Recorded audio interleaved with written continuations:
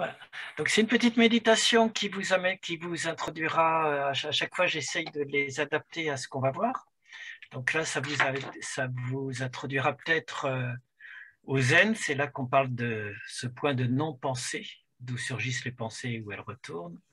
Ou alors au tibétain, c'est eux qui parlent de ce point de non-pensée comme lumineux, ou selon les autres, ou selon d'autres, obscur pour mettre écarte ou autre, peu importe. Voilà.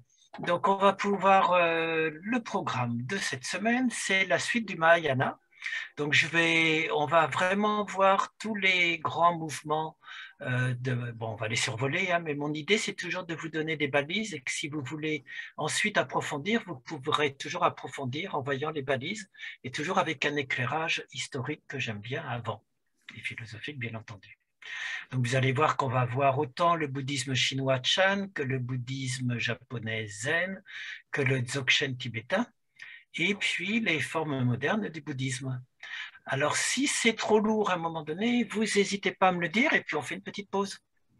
Et vous n'hésitez pas à poser des questions, ça permet de rompre le ton professoral qui ne me convient pas, mais que je prends quand même. Voilà. Donc on va commencer. Je vais essayer de faire l'écran partagé. Tiens, où est-ce qu'il s'est caché? Il est là. Donc on est à la séance 7 et on va continuer le Mahayana. Donc avant les Chinois, les Tibétains, les Japonais, on va continuer à s'intéresser aux Indiens, puisque le bouddhisme, il était en Inde, comme je vous l'avais dit. Et avant d'aller en Chine, on avait vu son plus célèbre représentant pour moi, qui est Nagarjuna, hein, le philosophe qui vous montre les limites du langage et qui revient toujours à essayer de faire retourner le langage sur lui-même pour le faire revenir au silence. Donc après Nagarjuna, on revient au 5e siècle, au 6e siècle après le Christ, en Inde, il y a deux grandes écoles et deux grands tenants qui vont se développer comme école. La première, ça va être ce qu'on appelle les Sautantrika. Ils vont continuer à être dans la foulée de Nagarjuna, mais ils vont commencer à réintégrer un petit peu de vérité absolue, c'est-à-dire qu'ils vont se dire il y a une validité provisoire de certaines connaissances de la vérité conventionnelle. Vous vous souvenez que la vérité conventionnelle, c'est notre réalité phénoménologique, juste comme on vit, hein, et c'est une réalité. Et la vérité absolue, c'est que tout ça, c'est vide d'être propre et c'est un flux sans substance qui se déploie perpétuellement, hein, dans le cosmos, à travers les vivants, etc. Et donc, ce sont les premiers et ils vont réaffirmer, pardon, qu'il n'y a pas de lien direct entre l'objet perçu et l'esprit qu'il perçoit. Il y a vraiment un hiatus entre les deux. Alors Philippe Cornu, qui explique bien ces différents bouddhismes, vous cite par exemple, en vérité relative, dans ma vie phénoménale, le contact entre l'objet et la conscience est dit indirect. C'est de là que viennent toutes ces notions sur la connaissance directe et indirecte. C'est-à-dire que la conscience, comme un miroir, perçoit une image mentale de l'objet, mais pas l'objet lui-même, qui lui reste inconnaissable, comme l'en-soi de Kant qui est inconnaissable à l'esprit, en quelque sorte. La conscience et ses objets d'appréhension sont donc de nature différente. La nature de l'objet reste cachée à la conscience, qui ne peut jamais se faire qu'une représentation illusoire de l'objet et donc du monde.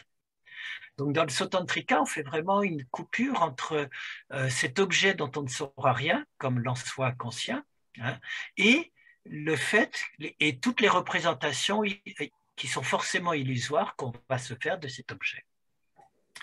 Ça va amener, c'est le petit point de transition qui va amener de Nagarjuna vers les fameuses écoles Shimatra et Yogachara. Shimatra, ça veut dire l'esprit seul, et Yogachara, ça veut dire les adeptes du yoga. Ce sont eux qui vont développer une école qui est très loin, paradoxalement, de Nagarjuna, à mon avis, parce qu'ils vont se mettre à redonner un contenu positif et spirituel à la vérité ultime. Ils vont définir qu'est-ce que c'est que la vérité ultime. Ceci dit, c'est une très jolie métaphysique et ça va faire plein de développements de philosophie qui vont être très importants pour la suite du bouddhisme. Donc les fondateurs de alors on dit idéaliste, ce qu'on appelle une école idéaliste, hein, c'est une école qui vous pose que l'esprit existe et qu'il existe quasiment seul, Un Chittamatra, ça veut dire l'esprit seul. L'esprit seul existe, on va voir. Les fondateurs, ça va être Buddha Palita et surtout les deux plus connus, c'est Asanga et Vasubandhu, qui sont des successeurs de Nagarjuna. Ils correspondent à l'âge d'or de la civilisation indienne sous les Gutpa. C'est au même âge qu'on a d'ailleurs les fameux monastères de Ajanta et Ellora, qui sont tout un complexe de temples monastiques bouddhistes hein, au nord de Bombay. Donc c'est vraiment l'âge d'or du bouddhisme à ce moment-là, avant qu'il disparaisse, on l'avait vu vers le 9e siècle. Les textes de référence, pour savoir si vous rencontrez ces textes, que ce sont les textes des écoles idéalistes Yogacara ou Chittamatra, c'est le fameux sutra de l'Ankavatara. L'Ankavatara, ça veut dire l'entrée à Ceylan. Ceylan, c'est bien entendu une île réelle, mais qui est mythique en même temps et qui représente le nirvana. Donc c'est l'entrée dans le nirvana en même temps. C'est le sutra de l'ornementation fleurie qui est très connu et le sutra du Tatata Garbha. Alors, quelles sont les thèses de ces écoles? Elle est radicale, cette école, c'est une école idéaliste. C'est-à-dire que les phénomènes extérieurs, la matière n'existe pas. Le monde conventionnel n'existe pas. Seul l'esprit existe. Et seule la conscience libérée de la dualité sujet-objet existe en soi. Alors en Occident, on a un seul philosophe qui pose un tel idéalisme absolu, c'est Berkeley, pour ceux qui le connaissent peut-être, après Descartes. C'est la fameuse formule de Berkeley, c'est esse est percipi. C'est du latin, ça veut dire être, c'est être perçu. Il n'y a pas d'être en dehors de ce qui est perçu par l'esprit, qui chez Berkeley est l'esprit, bien entendu. Mon esprit est une partie de l'esprit divin, et donc il n'y a que l'esprit divin et le mien en soi. Alors c'est intéressant de voir le lien avec le Lankavatara Sutra.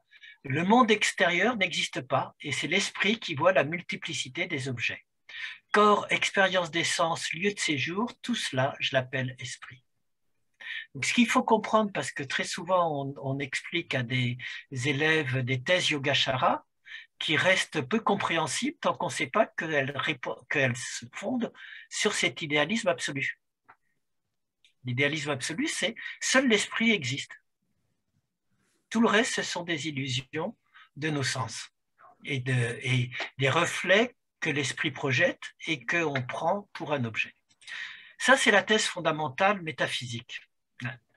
À partir de là, il va y avoir une construction métaphysique ou quasiment théologique. Vous vous souvenez que dans le bouddhisme ancien, il n'y a que les 6 consciences, hein, les 5 consciences d'essence, et le mental qui est manas, qui est la 6e conscience. Le Bouddha historique ne dit pas qu'il existe d'autres consciences. Or, dans les écoles Yogacara et Chittamatra, on va se dire qu'au-delà des 6 consciences, il y a une 7e conscience qui est la conscience mentale, souillée par tous les effets de nos actes, les vasanas, les traces inconscientes qui restent dans notre inconscient ou qui viennent de nos transmigrations. Et puis, s'il y a une conscience mentale globale qui est souillée, qui correspond en quelque sorte à un mélange de l'inconscient collectif de Jung et de l'inconscient individuel de Freud, hein, et c'est vraiment assez proche, ça, c'est vraiment des manières qu'ont ces auteurs de toucher la même chose que ce qu'on touche avec les termes d'inconscient collectif et personnel. Si ça existe, c'est bien qu'il y a pour eux une 8e conscience plus profonde. C'est la fameuse 8e conscience de fond, la conscience alaya. Donc une fois qu'on purifie de ces traces karmiques la 7e conscience, on peut arriver à une conscience alaya, qui est la fameuse conscience que ces écoles vont penser exister en soi. Alors, cette conscience alaya, c'est très subtil dans le sens où vous voyez bien qu'on est en train de réinventer une sorte de soi, une sorte d'atman ou de brahman religieux ou hindou. Sauf que les bouddhistes de ces écoles vont dire qu'ils restent orthodoxes parce que cette fameuse conscience de fond alaya, ce n'est pas une entité substantielle. Ce n'est pas quelque chose, ce n'est pas un être, ce n'est pas une substance. Et alors c'est là qui reste subtilement bouddhiste, c'est que cette conscience de fond, ce n'est qu'un processus. Un processus, il n'a pas de réalité figée. Ce n'est que le flux de la vie et de la conscience qui transmigre d'une forme à l'autre. Ce n'est qu'un fleuve perpétuellement vital, dit Bugeaud, qui était mon professeur. De même que les vagues dans leur variété sont l'océan agité, de même la variété de ce qu'on nomme les consciences individuelles est produite dans la conscience alaya. La conscience, c'est le spectateur, le théâtre et le danseur à la fois, dit le Lankavatara Sutra dans une très belle image. Donc, on en arrive à poser de manière idéaliste qu'il y a une 8e conscience, que n'a jamais dit le Bouddha, hein, bien entendu, mais on reste malgré tout bouddhiste en disant que ce n'est pas une entité. Ce n'est pas comme l'Atman ou le Brahman, ce n'est pas l'âme individuelle, ce n'est pas Dieu, c'est le flux de la vie perpétuellement changeant. Donc on arrive à rester dans le non-soi malgré tout. Donc ça, c'est ce qui est le plus connu, hein, c'est la 7e et la 8e conscience. Et en plus de cette affirmation des 8 consciences, ils vont construire une théorie de la connaissance idéaliste en disant qu'il y a 3 aspects de la réalité. Alors, les 3 aspects de la réalité, il y a la nature de ce qu'on voit qui est entièrement imaginaire. C'est quand on croit que l'objet de la perception est vécu comme existe réellement. Quand je crois qu'il y a un objet à l'extérieur, je suis dans la nature imaginaire de l'esprit. Il y a la nature dépendante. La nature dépendante, c'est le fait que je perçois cet objet, que c'est bien une expérience réelle que j'ai, mais que je sais qu'elle provient de causes, de conditions qui trouvent leur source dans ma conscience. Donc là, je suis plutôt entre le sujet et l'objet, jusqu'à atteindre le troisième aspect de la réalité, qui est la nature parfaitement établie, qui est la compréhension que tout ce que je crois être un objet n'est que le reflet illusoire des 7 autres consciences, qui saisissent des traces karmiques que je prends pour des objets extérieurs. Alors que tout ça, ça repose dans la conscience apaisée alaya. Donc ça, c'est vraiment les écoles Yogacara, les écoles idéalistes, hein, où si je résumais, il y a une conscience de fond qui existe indépendamment des individus, des consciences individuelles, qui n'est qu'un flux perpétuel et par rapport auquel on va distinguer plusieurs aspects de la réalité. Des réalités imaginaires, des réalités dépendantes, des réalités parfaitement établies dans les théories de la connaissance. Avec la distinction toujours qu'il y a les concepts et il y a l'ordre réel des choses qu'on n'atteint pas, mais qui n'est que dans l'esprit. Puisque l'enseignement ultime, une fois qu'on comprend qu'il y a la distinction entre les concepts et le vécu, le ressenti, ben c'est ultimement que tout ça, ça repose dans l'esprit et qu'il n'y a que l'esprit, qu'il n'y a que mon esprit, que tout est esprit. Ça, c'est la vérité à laquelle on arrive quand on chemine dans la voie Yogacara ou idéaliste. Voilà. Et la dernière chose qui va avoir une importance considérable dans l'évolution du bouddhisme, c'est que cette conscience de fond alaya, elle existe en chacun, comme un embryon d'éveil, comme ce qu'on peut devenir à chaque instant. C'est tatata garbha. Alors tatata, c'est très, ça je tiens à bien expliquer le mot sanskrit, vous verrez pourquoi, parce que tata, ça veut dire ce qui est, et gata, ce qui est ainsi. Enfin, c'est plutôt l'inverse dans les deux mots. Donc tatata gata, c'est simplement ce qui est ainsi.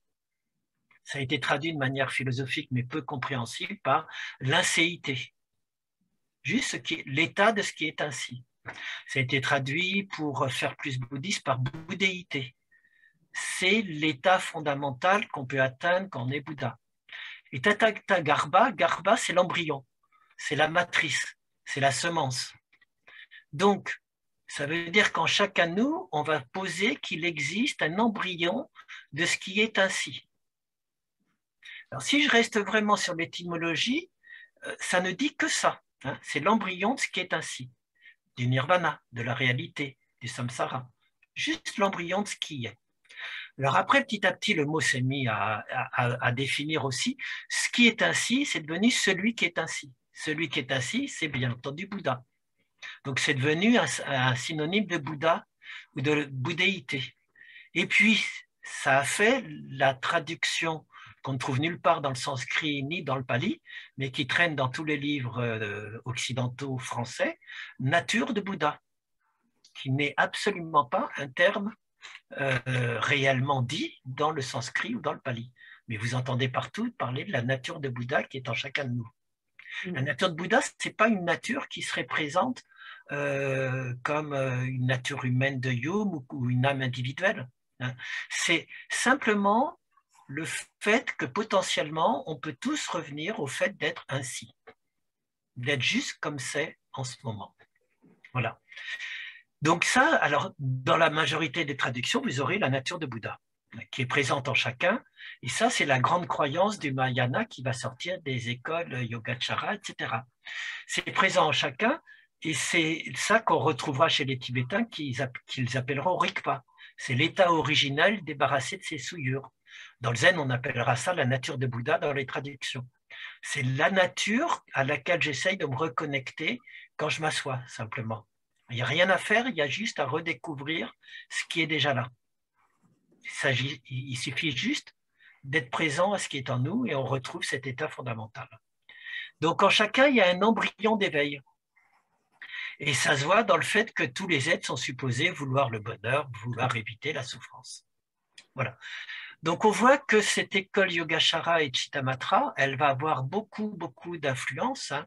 Il y a encore aujourd'hui beaucoup d'écoles qui donnent des enseignements qui sortent directement du Yogacara et du Chittamatra. Et elle repose toujours sur ces thèses de tout est esprit, de l'idéalisme, des 7 ou 8 consciences, et puis de cet embryon de bouddhéité qui existe en chacun, qu'on peut tous retrouver. Donc c'est tout ce mouvement idéaliste qui va finir les écoles indiennes. Il y aura bien entendu, comme dans toute dialectique de l'histoire des idées, Chandrakirti, qui est un disciple de Nagarjuna, qui va lutter contre toutes ces substantifications, toutes ces tendances idéalistes, en refaisant du Nagarjuna pur et en montrant qu'il faut simplement montrer l'absurde de toute thèse et réduire toute thèse de manière absurde à son autocontradiction et son autodissolution, comme le faisait Nagarjuna. Donc ce sera le dernier mouvement qu'il créera, qui sera le Prasangika, pour critiquer toutes les dérives idéalistes que je viens de vous présenter.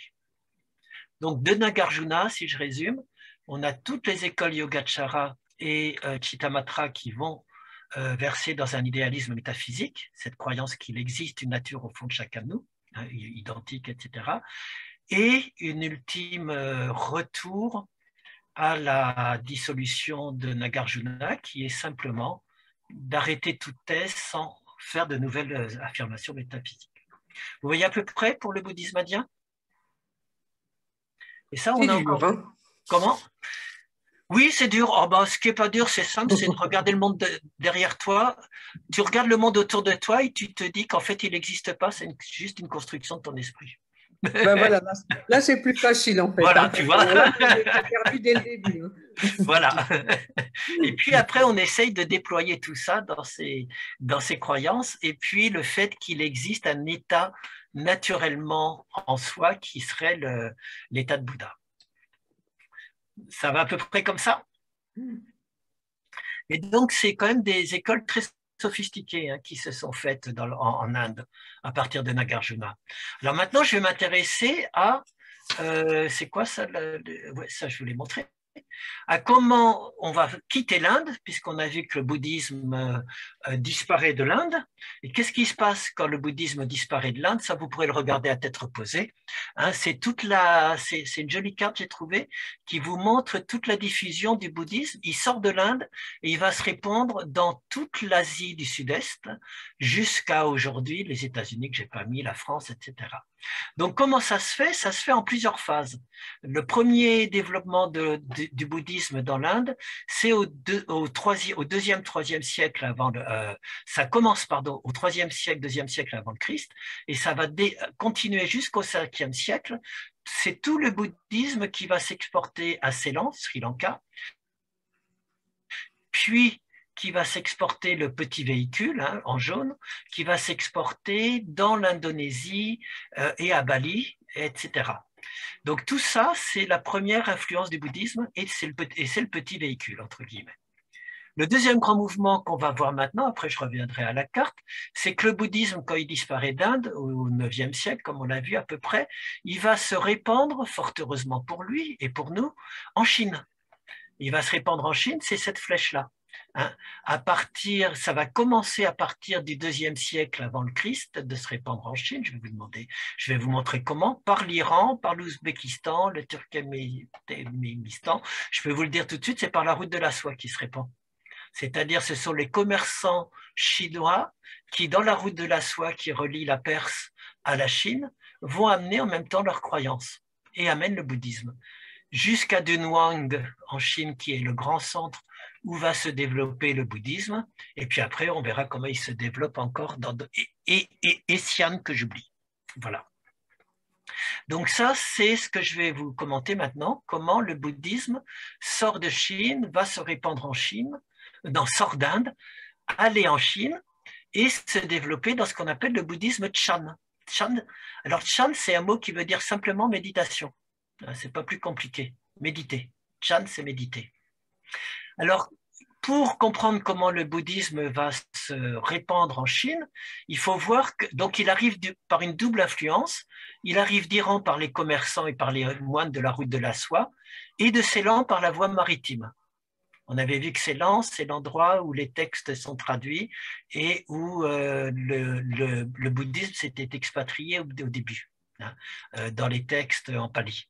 Donc les deux sources du bouddhisme chinois, c'est ça, mais c'est essentiellement la route de la soie. Ça, c'est la réalité historique pour les Chinois et les bouddhistes qui aiment bien faire des mythologies. Ça a été apporté par un moine célèbre, Bodhidharma, qui serait un moine qui aurait existé. Il y a de plus en plus pour les historiens l'hypothèse qu'il n'a jamais existé, que c'est une création légendaire pour expliquer qu'il a amené quand même les textes fondamentaux du bouddhisme. Et donc, c'est non seulement le fondateur mythique du Chan, mais du Shaolin, vous savez, des arts martiaux Shaolin. Alors, ce qui va être intéressant, surtout pour comprendre comment le bouddhisme chinois va être différent du bouddhisme indien, c'est que pour s'implanter, il va reprendre des aspects taoïstes, il va reprendre des aspects confucéens, puisque la Chine, c'est le taoïsme et Confucius. Donc, si vous êtes d'accord, on est parti pour une petite exploration du taoïsme très, très succinctement. Ça vous va? Oui. Ok. Alors, le taoïsme, ça vient d'où? Ça vient de moins 1000, moins 1500. Le premier livre, c'est le livre divinatoire du Yi King. Divinatoire, ça veut dire qu'on faisait des oracles. Et c'est basé sur la complémentarité, vous en avez tous entendu parler, du yin et du yang. Vous savez, c'est la figure là que vous voyez au centre dans ma colonne de gauche. Hein. Il y a toujours une forme, des deux formes complémentaires dans l'univers et opposées. Le yang, c'est le masculin, qui est le côté dur, le côté lumineux, qui en fait vient tout bêtement du versant des montagnes au soleil. Le yin, c'est le féminin, qui est du côté de la douceur, du repos, non pas de l'être, mais du non-être, de la nuit, de la vallée quand elle est à l'ombre. L'univers, c'est un mélange perpétuel de ces deux forces, du yin et du yang. Et ce qui est important pour voir à quel point ils sont mêlés, c'est que comme vous le voyez ici, dans le yin blanc, il y a du yang, et quand dans le yang noir, par exemple, ou l'inverse, il y a du yin. Donc ce sont des pôles complémentaires, le yin et le yang, toujours. Et le Yi King, il va prendre toutes les combinaisons comme dans un ordinateur. Il va faire 54 combinaisons que vous voyez là, qui vont correspondre aux 54 situations qu'on peut croiser dans la vie. Et on va tirer des cartes ou tirer des tiges d'Achillée et voir quelle est la situation dans laquelle on est, puis on va pouvoir vous lire l'avenir. Peu importe, on ne va pas rentrer là-dedans. Ce qui est important, c'est de voir que le premier élément important pour comprendre le taoïsme, c'est cette complémentarité des deux forces, yin et yang. Que dans la vie, il faut avoir conscience de ces énergies contraires et que chaque situation voit la dominante de l'une ou de l'autre. Et donc, la sagesse, entre guillemets, c'est d'équilibrer et d'harmoniser ces deux forces. Tout l'esprit chinois, il est tout le temps de voir comment on peut associer et compléter ces deux forces. Par exemple, dans la cuisine chinoise, on va toujours, pour être très concret, on va toujours associer des aliments yin, le sucre, le fruit, les légumes verts, et des aliments yang, de la viande, des œufs, des fruits de mer. Un repas, il faudra toujours qu'il ait des éléments yin et yang bien associés. De la même manière, dans votre vie quotidienne, il faudra toujours alterner des temps de repos, qui sont yin, et des temps d'action qui sont yang.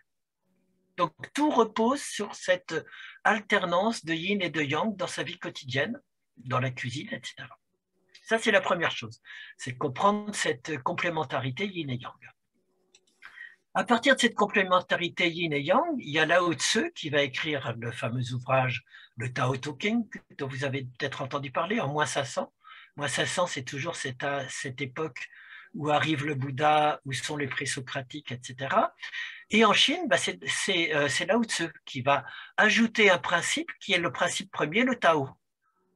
C'est-à-dire, si le yin et le yang sont perpétuellement en complémentarité et en fusion l'un dans l'autre, c'est parce qu'au fond, le principe premier, c'est le Tao. Le Tao, c'est quoi? C'est le vide originel qui engendre tout ce qui existe. C'est le souffle de vie qui anime le yin et le yang. C'est la voix, V-O-I-E. Le Tao, c'est tout ce qui est l'origine vide de tout, de toutes les forces contraires, du souffle originel. C'est la force fondamentale de la vie qui coule en toute chose. C'est l'essence du réel qui est ineffable. Donc, je vous ai mis un des aphorismes les plus connus du Tao Te Ching. 30 rayons convergent vers un même moyeu dans la roue d'Achar, mais c'est grâce au trou et au vide central que la roue tourne. Pour façonner de l'argile et en faire un récipient, il y a besoin de l'espace vide qui est fondamental pour le récipient. Sculpter des portes et des fenêtres sert uniquement si la pièce est vide. Toujours ce vide central. Donc vous commencez à voir qu'il y a un lien qui va se faire avec la fameuse vacuité bouddhiste, dans ce Tao comme le vide originel de toute chose. Et l'attitude juste pour le taoïsme, elle se fait en étant dans le flux, par le non-agir, wu nei. Alors le non-agir, ça ne veut pas dire je fais rien, ça veut dire je ne fais rien de ma propre initiative égotique. Je ne cherche pas, moi, à imposer un ordre aux choses. Je cherche juste à comprendre quel est le flux du monde, quel est l'état du Tao en ce moment, et de me mouler dans l'action naturelle que fait le monde ou la vie à ce moment-là. C'est l'action naturelle, mais c'est la non-action dans le sens où ce n'est pas une action volontaire de mon ego qui fait la chose. J'essaye toujours d'être dans le rythme de la vie qui se fait. Donc, toute la sagesse chinoise, c'est de chercher le moment opportun. Quand on va tirer le Yi-King, des oracles et tout, c'est toujours pour savoir quel est le bon moment où je peux agir, où les forces sont juste adaptées à ce que je veux faire. Voilà.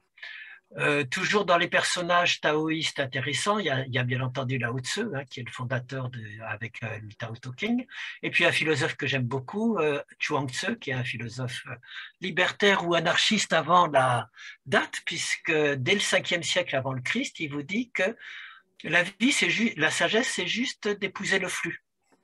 Si j'épouse le flux, dans les conséquences extrêmes de Chuang Tzu, c'est hors convention sociale. C'est exactement comme Diogène et les cyniques grecs.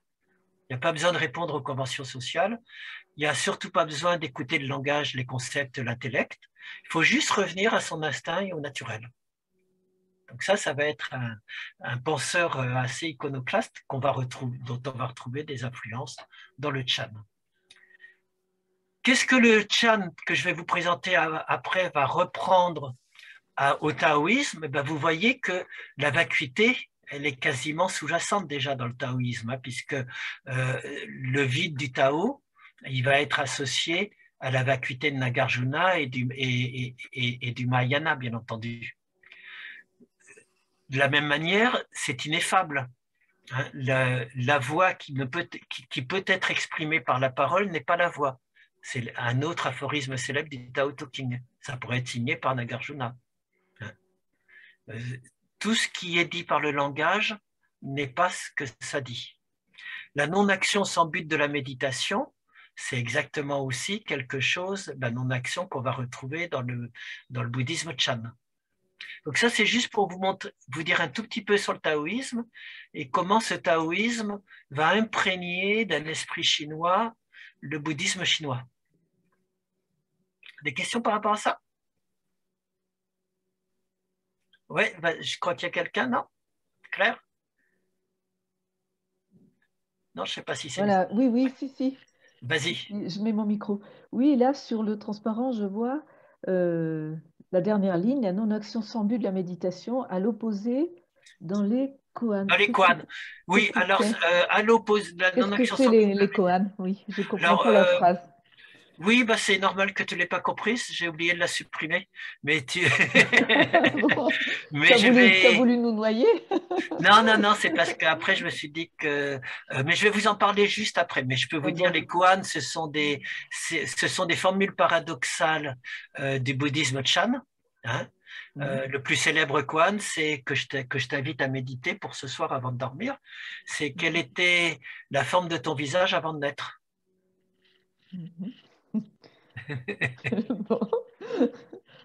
Voilà, donc ce sont des formules qui semblent, quelle est la couleur de la négation, etc. Ce sont des formules paradoxales où on ne comprend, qui sont destinées à ne pas être comprises par l'intellect, mais je vais y revenir après. Donc, ce que je veux dire, simplement, ce que je voulais dire là, c'est que on voit bien l'influence de Chuang Tzu dans l'origine des koans. Mon cher Chuang Tzu qui vous dit toujours que le langage trahit toujours les choses et qu'il faut le laisser pour revenir à ce qui est naturel et instinctif, c'est ce qui va nourrir les koans chinois et les formules paradoxales, effectivement, où le langage se confronte aux non-sens. Mais je vais y revenir. Hein. Bon, merci. Voilà, donc ça c'est le premier pilier, c'est le taoïsme. Et le deuxième pilier que le bouddhisme va trouver en Chine, c'est la pensée de Confucius. Et le bouddhisme ne va réussir à s'implanter en Chine que en s'intégrant et en se réappropriant ces deux éléments. Donc Confucius et le confucianisme, c'est une école philosophico-morale, politique, qui va devenir carrément la doctrine officielle de l'État chinois, hein, de l'Empire, entre moins 200 et plus 200, avant de reculer face au bouddhisme qui va le concurrencer à la cour. C'est pas du tout une philosophie ésotérique, c'est essentiellement une morale civique et politique, hein, avec le culte des ancêtres qui est indispensable. Ça vient d'où? Ça vient de Confucius, bien entendu, le fondateur. Toujours vers le 5e siècle avant le Christ, moins 550, moins 479.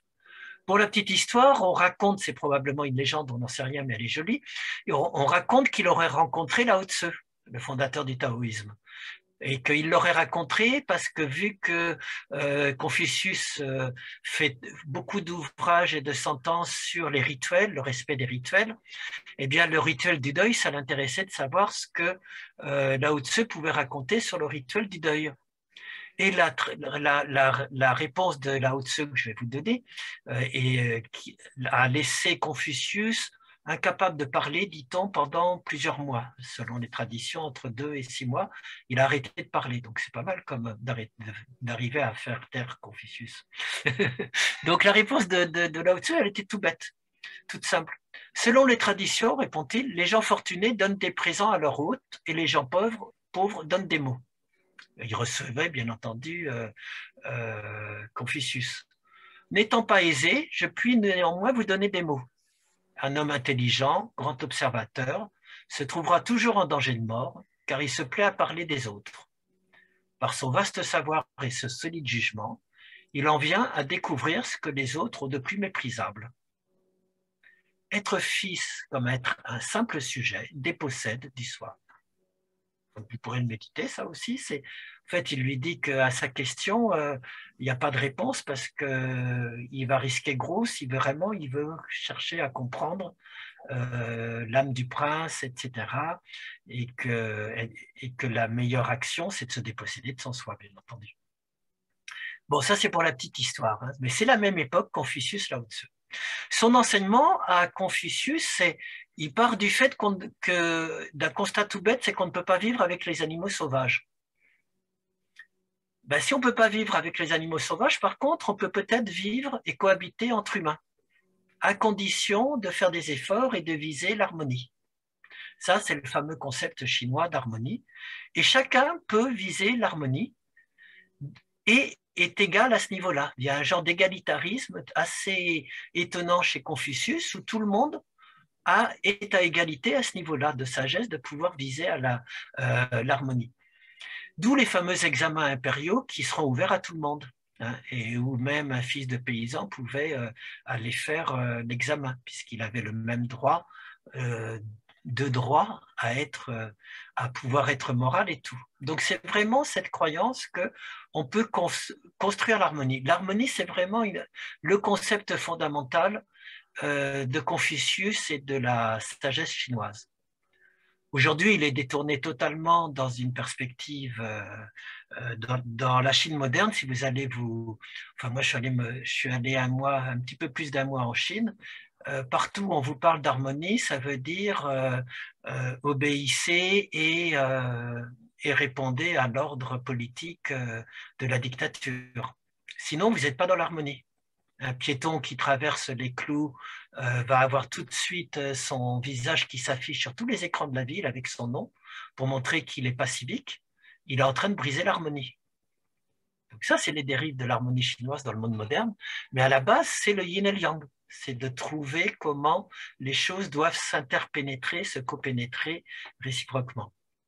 Voilà. Chez Confucius, c'est un humanisme. Confucius, c'est vraiment l'un des fondateurs de l'humanisme en Chine, bien avant nous. Pourquoi c'est de l'humanisme? Parce que tout repose sur le seul homme. C'est pas la peine de faire de la métaphysique, c'est pas la peine de parler des esprits des morts, c'est pas la peine de parler de la mort, c'est pas la peine de parler d'une religion, d'un au-delà. Seul l'homme importe et l'homme doit être au centre de l'activité. Et le gouvernant doit simplement viser le bien de tous et l'harmonie de son royaume. C'est l'homme moral. Donc c'est un humanisme civique, hein. Le roi doit être au service de son peuple, et c'est un humanisme éthique. Chacun doit viser à être ce que les Chinois appellent un zhenzi, un honnête homme, ce que les Anglais traduiront par gentleman. C'est quoi cet idéal humaniste? C'est être juste un homme au cœur noble et bienveillant, qui sera guidé à la fois par une vertu sincère et par le respect des rites qui fondent la société. Donc toute la sagesse de Confucius, c'est toujours, il faut que ça vienne du cœur, il ne faut pas que ce soit une obligation extérieure, il faut que ce soit une vertu sincère, et ça, le pauvre comme le laboureur en est autant capable que le roi, et il faut respecter les rites, parce que ce sont les rites qui assurent la solidité de la société. Ça, c'est vraiment l'enseignement de Confucius qui vous explique qu'il va devenir le conseiller des rois, bien entendu, et du prince. Après Confucius, l'autre auteur que je vous cite rapidement, c'est Mencius, qui vient après Confucius, qui va amener le confucianisme dans une petite tendance idéaliste aussi. Je vous en parle parce que c'est avec lui qu'on va parler d'une nature de l'homme, hein, comme tout à l'heure chez les Indiens, et c'est de lui que vient l'idée que la nature de l'homme est naturellement bonne, comme chez Rousseau. La morale doit aider simplement à retrouver cette bonté naturelle qui est au fond de l'être humain, et que l'univers lui-même est d'essence morale, est naturellement bon. Si l'homme peut développer pleinement sa nature, il arrivera à sentir qu'il n'existe pas de distinction entre lui-même et les autres, pas de distinction entre lui et l'univers, et par là même, il trouvera une morale naturelle. Donc ça pourrait être signé par Rousseau, mais c'est Mencius qui le dit. Sans la pitié, l'homme n'est pas un homme. Sans la pudeur, l'homme n'est pas un homme. Vous savez que Rousseau parle de pitié naturelle, hein, comme la base de la moralité également. Donc ça, c'est vraiment tout ce courant Confucius, confucianisme, culte des ancêtres, respect des rites. Qu'est-ce que vient faire le Chan là-dedans? Vous imaginez peut-être qu'il va il va se retrouver en phase avec l'interdépendance bienveillante avec les autres, hein, dont je vous ai parlé avec le Bodhisattva, bien entendu. Il va arriver à se brancher sur la conduite éthique, la morale. On a vu dans les 4 nobles vérités que dans le bouddhisme, c'est pas que la méditation, c'est toute mon attitude éthique et morale dans la vie quotidienne qui peut m'aider à aller vers la libération. Il va reprendre l'idée d'une nature bonne de l'homme, au fond de lui. C'est le fameux Tatata Garbha, l'embryon de Bouddha, traduit par nature de Bouddha. Et surtout, le plus amusant, le plus intéressant, quand vous rentrez dans le Chan ou dans le Zen, il n'y a pas une cérémonie sur laquelle on vous raconte la filiation la filiation à partir de la filiation imaginaire, bien entendu, et parfois réelle, du Bouddha jusqu'à celui qui est en train de vous parler. Alors, ça vient de la Chine, ça. Et pourquoi ça vient de la Chine? Eh ben, c'est toujours amusant. Ça vient de la Chine tout simplement à cause du culte des ancêtres. Et que le premier obstacle qu'a trouvé le bouddhisme en allant en Chine, c'est qu'il était interdit au début parce que on disait qu'il fallait aller dans un monastère et donc on rompait le culte des ancêtres. Il n'y avait plus la filiation avec les ancêtres. Et qu'est-ce qu'ont inventé mes fameux bouddhistes? Eh bien, que les ancêtres, on les remplace par les ancêtres de l'école. Bien sûr qu'on respecte, mon cher prince, le culte des ancêtres, nous, c'est de Bouddha aujourd'hui. Et on vénère, on fait des offrandes aux ancêtres, etc. Voilà. Donc, toutes les fameuses lignées de patriarches qui vont du Bouddha jusqu'à aujourd'hui, à la base, c'est répondre à l'exigence des Chinois de montrer qu'on respecte bien le culte des ancêtres et qu'on est dans une lignée qui est fondamentale dans la société chinoise. Vous voyez à peu près? Oui, vas-y, Jocelyne. Excuse-moi, Christian, j'ai pas compris en fait quand tu parles de la lignée des cultes que les bouddhistes, eux, en fait, ils ont mis quoi en avant pour combler en fait ce vide qu'ils avaient? J'ai pas compris. Oui, ils ont mis en avant toute la lignée des sages du Bouddha jusqu'aux sages qui te parlent aujourd'hui. C'est-à-dire que quand tu vas dans une école zen, soto ou quoi que ce soit, on va te réciter les 50, 60 personnages qui ont assuré la passation du message du Bouddha aujourd'hui.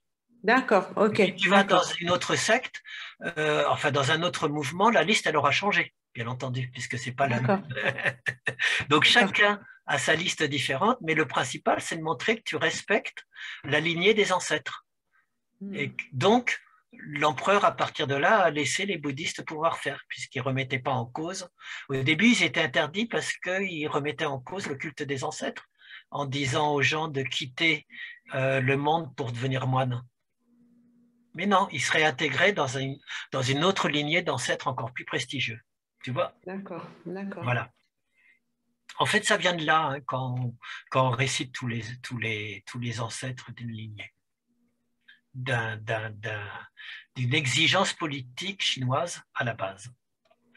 Parce qu'une dynastie, excuse-moi, une dynastie, c'est vraiment quelque chose de fondé, c'est une lignée historique qui est réelle. Les dynasties chinoises. Ah oui, tout à fait. Mais c'est pour ça que les lignées de moines, les lignées bouddhistes, elles sont réelles, sauf ce qui existe entre moins 500 et plus 700 quand ça arrive en Chine, bien entendu.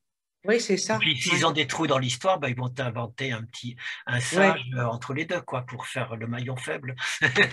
Ouais, d'accord. Et puis chacun va transmettre comme ça, bien entendu. Ouais. D'accord. Mais après, ça reprend tous les fondateurs qui ont passé la transmission, la lampe à un autre fondateur, etc. Tout à fait. C'est pour ça que je vous disais, c'est un mélange de réel et de légende sur les personnages mythologiques. Voilà, donc tout ça, c'est pour vous expliquer comment arrive le bouddhisme Chan. Le bouddhisme Chan, pour vous en dire un petit peu plus, c'est du 5e au 9e siècle. Qu'est-ce qui caractérise le bouddhisme Chan par rapport au bouddhisme indien? Les Chinois, ils sont très concrets, ils sont très terre à terre comme peuple. Ils ne font pas de la métaphysique comme les Indiens. On a vu que les Indiens, c'est un peuple qui adore les images, la métaphysique, les septième conscience, huitième conscience, etc. La langue chinoise, c'est une langue qui n'a que des mots concrets. Il n'y a pas d'abstraction en chinois. Hein, tous les mots se renvoient à des mots concrets. Pour vous amuser, quand ils ont dû traduire en chinois satellite, c'est le petit bout d'étoile artificielle lancé par les hommes au ciel. Le stylo, c'est le crayon qui a une mine qui coule toute seule ou un truc comme ça. La mini-jupe pour s'amuser, c'était le bout d'étoffe qui affole les hommes. Donc à chaque fois, c'est un collage de mots concrets. Tout ça pour dire que la Chine, elle ne peut pas être comme les Indiens dans la métaphysique abstraite. Donc le bouddhisme chinois, ben, vous l'imaginez, il est hyper concret. C'est de passer de la confusion de ma vie profane, toujours bavarde dans la discussion, à l'éveil et au retour à la non-pensée. Comment arrive... Alors, la pensée, c'est abstrait, donc revenons à la non-pensée. Ça, au moins, c'est concret, c'est la vie. Comment je peux revenir à la non-pensée? Ben, en abandonnant les illusions du moi et du langage qui me séparent de la vie. Et toujours revenir à cette vie fondamentale. Vous voyez qu'on revient au Tao, hein, au taoïsme, au flux du yin et du yang. Mais ça, on ne va pas le dire en chinois, bien entendu. Donc, c'est revenir au non-esprit, à ce qui précède la pensée. Le moyen, dans le bouddhisme Chan, c'est la non-action. Comme ils reprennent ça aux taoïstes, hein, la non-action. Ça consiste à retrouver le cours de la vie et l'ordre des choses dans tous les moments de la vie quotidienne et de la méditation, sans faire de différence entre la méditation et la non-méditation. Hein. Tout ça, c'est pareil. C'est juste retrouver la non-pensée, la nature elle-même, que ce soit quand je médite ou quand je ne médite pas. Je ne crois pas que je vous avoir mis là la citation, mais il y a une très belle citation, c'est la méditation assise n'a rien à voir avec le fait d'être assis. Ça, c'est dans les paradoxes du Chan. Parce que la méditation assise, vous pouvez la faire en faisant de la cuisine, vous pouvez la faire en étant debout, etc. Voilà. Donc, il faut développer des tas d'attitudes qui nous semblent extrêmement bizarres, le Chan. Il n'y a rien à faire. Alors, il y a des mouvements extrêmes dans le Chan qui, du coup, diront que c'est même plus la peine de méditer. C'est même pas la peine de s'asseoir pour méditer, hein, puisqu'il s'agit juste de vivre. Ou alors, ils vont développer tout ce qui échappe à l'ordre rationnel. Un maître Chan peut soudain se mettre à rugir comme un lion ou comme un animal, donner des coups de bâton, casser quelque chose. Donc tout ça, les moyens habiles du Chan, ça va être des choses qui nous semblent totalement bizarres. Hein. Rugir, donner des coups de bâton, ne rien faire, ne plus méditer, éventuellement même. Tout ça, c'est retrouver la vie. C'est carrément ne plus méditer? Oui, la méditation assise n'a rien à voir avec...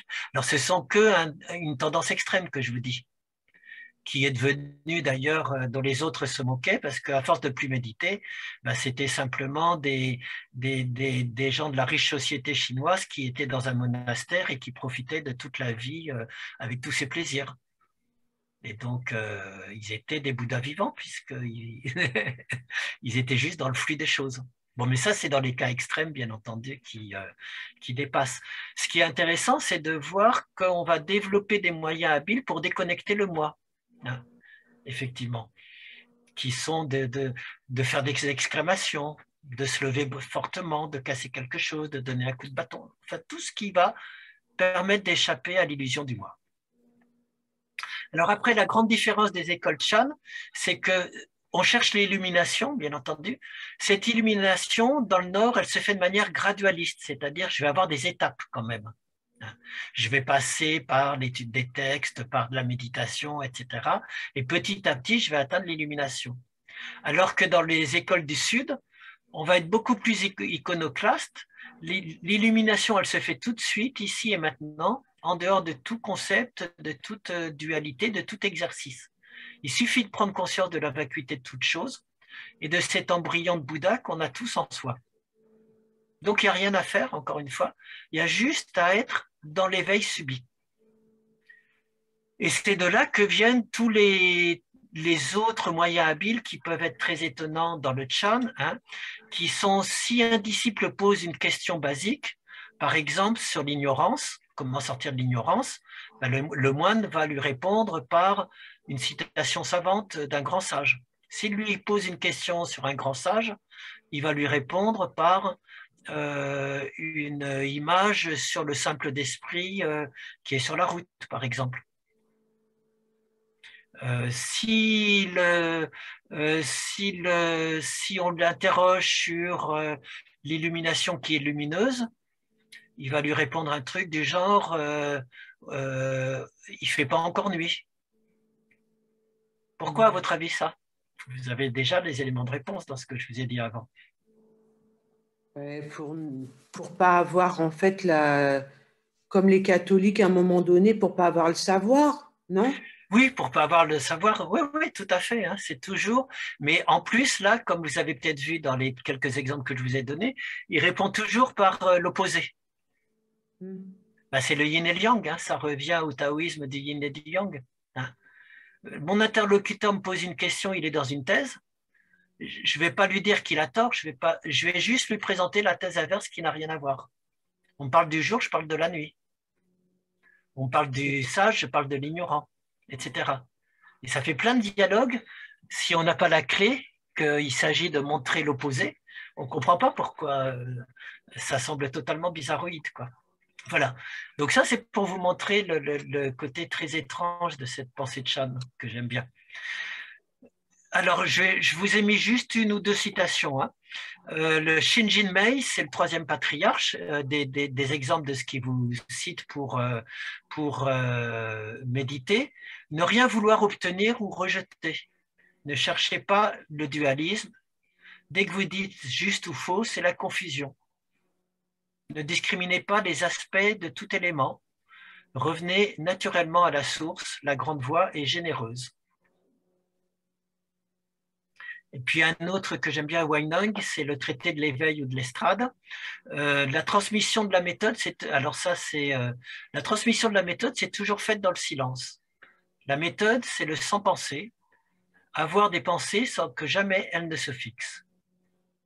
Faites effort en pratiquant vraiment, ne vous laissez pas aller, et tout d'un coup, vous vous libérez une génération. Et alors, vous vous reposez. Alors, le sixième patriarche Huineng, c'était je vais quand même vous donner la petite anecdote, même si je prends un peu de retard, parce qu'elle est très jolie. C'était un moine illettré. Les moines Chan les sages Chan sont très souvent des personnages hors normes. Hein. Donc, on a des illettrés, on a des gens qui avaient la lèpre, etc. Celui-là, il était juste illettré. Et c'était un moine qui, du coup, était méprisé dans son monastère et qui faisait la cuisine, c'est tout. Et au moment de la passation, le grand maître du temple va mourir et il dit qu'il va chercher le disciple à qui il va transmettre l'enseignement et le titre de maître. Et donc, il demande que chacun dise qu'est-ce qu'il a compris de la vérité ultime. Et alors, ils se mettent tous à écrire des choses. Et le premier de la classe écrit un poème qui est « Le corps est l'arbre de l'éveil, l'esprit est son miroir pur, à chaque instant, je cherche à ôter les poussières du miroir. » Et le supérieur du monastère n'est pas content, il le nomme pas. Et le soir même, le petit moine Huineng, qui était illettré, passe et va demander à un autre moine qui savait écrire d'écrire sa réponse. Et sa réponse, c'est « Il n'y a pas d'arbre de l'éveil, il n'y a pas plus de miroir, où donc pourrait-on épousseter la poussière ?» Et donc, c'est bien entendu lui qui va être nommé maître du temple. Voilà, c'est une jolie histoire où on voit bien le bon élève qui part dans le concept et le rappelle que tout ça, c'est juste des inventions conventionnelles. Voilà. Et puis petit à petit, le bouddhisme chinois au Xe siècle va disparaître et être persécuté. Et il disparaîtra poursuivi par les Chinois eux-mêmes, hein, indépendamment des musulmans et tout, parce que ça va au 9e, 10e siècle, il y a toute une tendance de repli de la Chine sur elle-même, alors qu'il y avait beaucoup de mouvements entre la Chine et le Japon, et on va se retourner de manière très xénophobe sur simplement les vrais penseurs chinois. Et donc, le bouddhisme va être rejeté comme étranger. et effectivement disparaître. Il y aura 5 écoles différentes, et heureusement pour le bouddhisme et pour les courants qui nous intéressent. C'est quand même amusant la manière dont le bouddhisme meurt d'un pays et apparaît tout de suite dans un autre. Ça pourrait faire presque croire à la transmigration, finalement, cette histoire.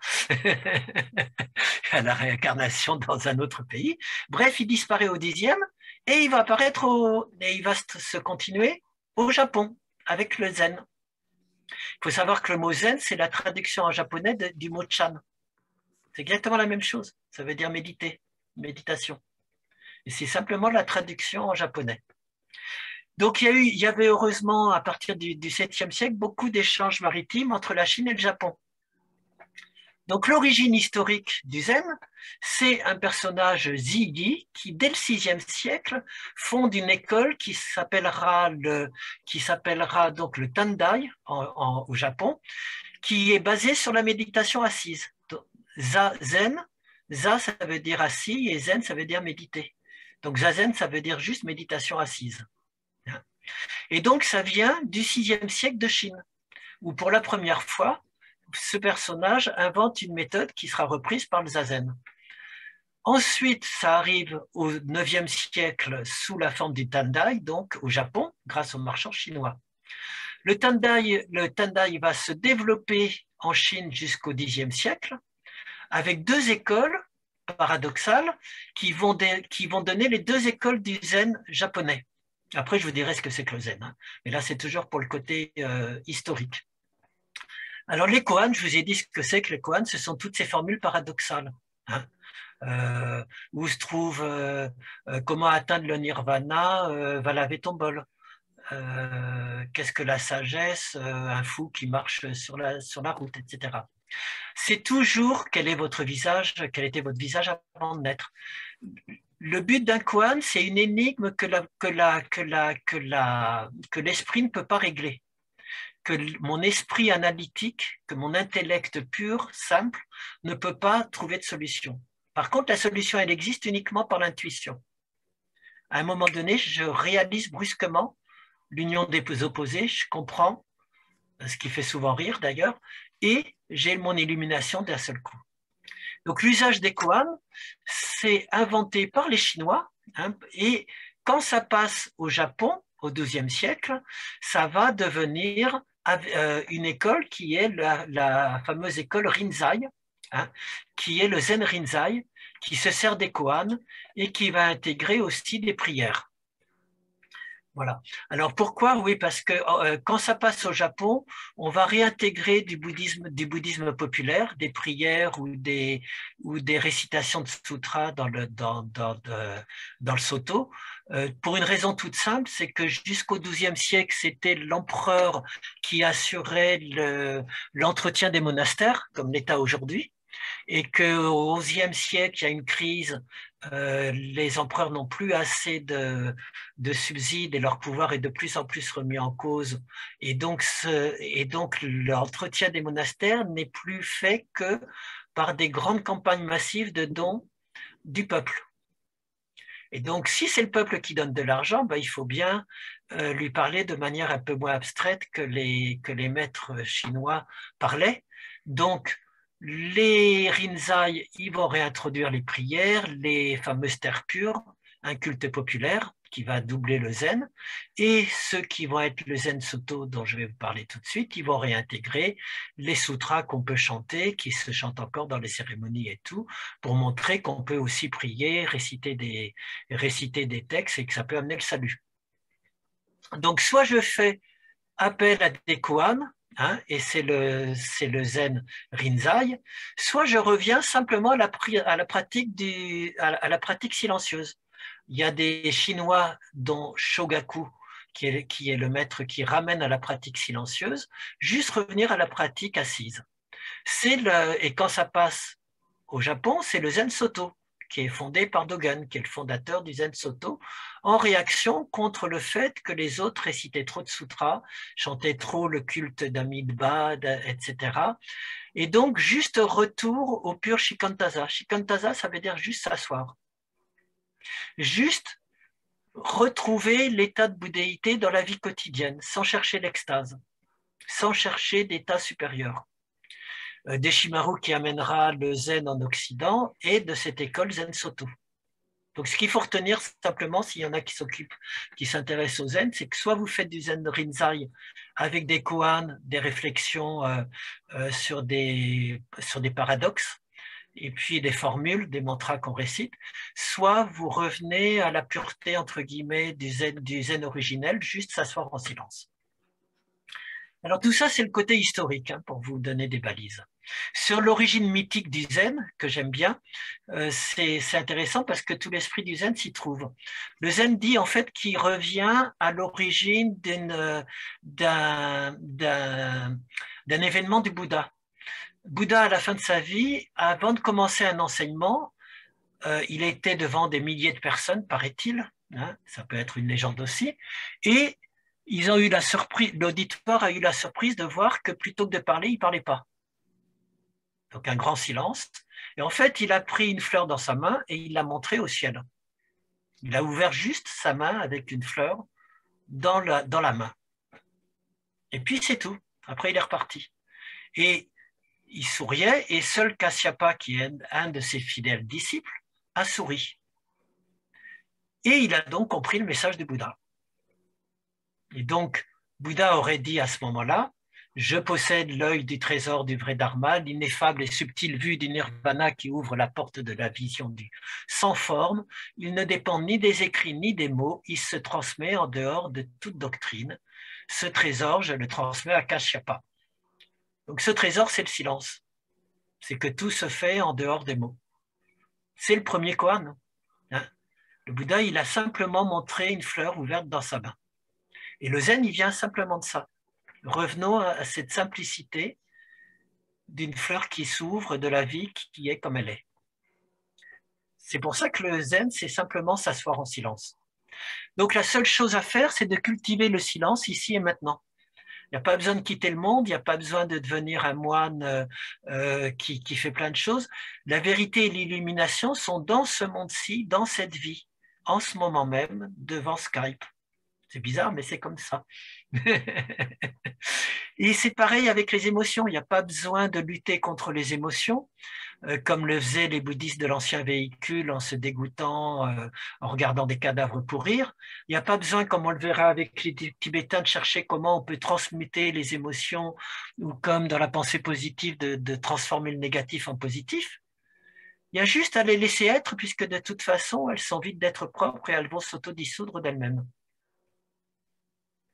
Donc juste une sagesse du ici, maintenant. Laisser les choses être comme elles sont en silence. Ça, c'est l'essence, c'est le premier message fondamental du zen. C'est la fleur dans la main du Bouddha. Il n'y a pas à chercher ailleurs. Ce n'est pas un autre monde. La deuxième chose, c'est que la méditation, ça peut servir, mais la méditation, ce n'est qu'un outil en plus. Le zen, ce n'est pas méditer. C'est pour ça que je vous ai cité tout à l'heure la formule, la méditation assise n'a rien à voir avec le fait d'être assis. Normalement, c'est dans tout acte quotidien qu'on cherche à être dans l'assise. Et donc, quand je fais de la méditation, c'est extrêmement simple hein, dans le zen. Il n'y a pas à essayer de faire des mantras, des choses compliquées, des gestes, visualiser des lumières ou quoi que ce soit. Il faut juste revenir à la posture du Bouddha sous l'arbre de l'éveil. Juste s'asseoir, shikantaza, juste assis. Juste revenir à sa posture, si je pars ailleurs, mais aucun artifice. Puisque simplement, si je suis juste assis, je vais retrouver mon état d'éveil naturel. Comme on dit souvent dans le zen, ce n'est pas la peine de chercher quoi que ce soit, c'est déjà là. Quand vous vous asseyez, vous êtes déjà éveillé. Simplement, retrouvez-le et juste en reprendre conscience.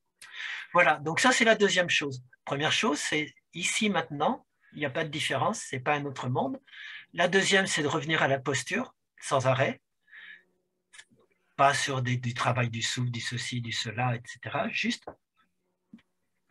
comme le Bouddha silencieux sous son arbre. Et la troisième chose, c'est ce fameux tréfonds de la non-pensée.